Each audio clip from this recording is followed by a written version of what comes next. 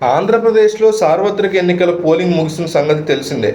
ఈ క్రమంలో exit పోల్స్ని June 1 తర్వాత కానీ వెల్లడించకుండా ఎలక్షన్ కమిషన్ కండిషన్ పెట్టడంతో పలు రకాల విశ్లేషణలు తెర మీదకు వస్తున్నాయి. ఇందులో కొన్ని అధికార పార్టీ వైసీపీకి అనుకూలంగా చెప్తుండగా మరికొన్ని మాత్రం కూటమి నేతలకి ఉపశమనం కలిగించేలా వినిపిస్తున్నాయి. ఈ సమయంలో ఒక ఆసక్తికరమైన విశ్లేషణ తెర మీదకు వచ్చింది. ఆంధ్రప్రదేశ్లో పోలింగ్ ముగిసింది. ఈ సందర్భంగా సుమారు ఉదయం 7 గంటల నుంచి కూడా కొన్ని చోట్ల అర్ధరాత్రి 2 గంటల వరకు పోలింగ్ జరిగిన తీరు ఆశ్చర్యపరిచిందంటూ పలువురు కామెంట్ చేస్తున్నారు. ప్రధానంగా మహిళా లోకంతో పాటు వృద్ధులు, యువత కూడా అత్యధికంగా పోలింగ్లో పాల్గొనడం, అర్ధరాత్రి అయినా ఓటు వేస్తే కానీ తిరిగి వెళ్ళనంతగా ఆసక్తి చూపించడం శుభపరిణామం అని చెప్తున్నారు. కొన్ని ప్రాంతాల్లో అయితే పురుషుల కంటే మహిళలు ఉత్సాహంగా పోలింగ్లో పాల్గొన్న పరిస్థితి ఉంది. దీంతో దానిని పాజిటివ్ ఓటింగ్గా భావించాలని, మహిళలకి చంద్రబాబు నాయుడు కల్పించినటువంటి సాధికారక ప్రతిరూపమే పోలింగ్ శాతం పెరిగిందని టీడీపీ నేతలు అంటున్నారు.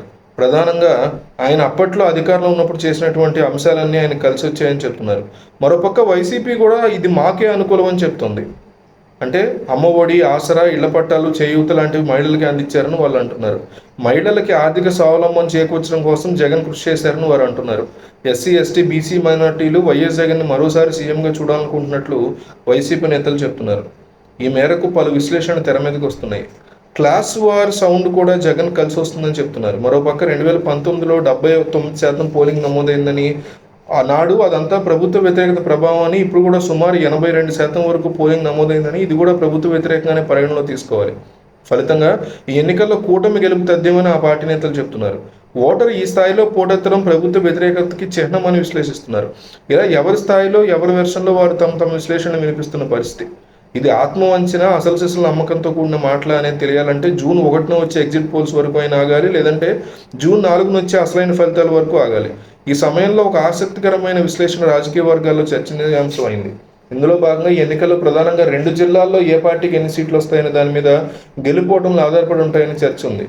ఇందులో భాగంగా శ్రీకాకుళం, విజయనగరం, విశాఖపట్నం, ఉభయ గోదావరి జిల్లాల్లో కూటమి కాస్త అనుకూల పవనాలు వీచాయని పలువురు అభిప్రాయపడుతున్నారు. ప్రధానంగా విశాఖ, ఉమ్మడి పశ్చిమ గోదావరి జిల్లాల్లో కూటమి మంచి స్కోర్ చేస్తుందని, ఇదే క్రమంలో ప్రకాశం, నెల్లూరు జిల్లాలతో పాటు ప్రధానంగా కడప, కర్నూలు, అనంతపురం, చిత్తూరు జిల్లాల్లో వైసీపీ దాదాపు వార్ వన్ సైడ్ అన్నట్టుగా కొన్ని ప్రాంతాల్లో పరిస్థితుందని చెప్తున్నారు.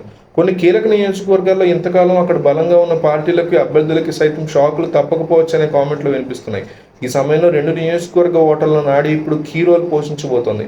ఇందులో భాగంగా పైన చెప్పుకుంటున్నట్లు కొన్ని జిల్లాల్లో కూటమి, మరికొన్ని జిల్లాల్లో వైసీపీ బలంగా పెర్ఫామ్ చేశాయని చెప్తున్న నేపథ్యంలో కృష్ణా, గుంటూరు, ఉమ్మడి జిల్లాల్లో ఓటర్ల అభిప్రాయం ఇప్పుడు ఏపీ అధికారంలోకి ఎవరు వస్తారనే విషయాన్ని డిసైడ్ చేయబోతుంది అంటున్నారు.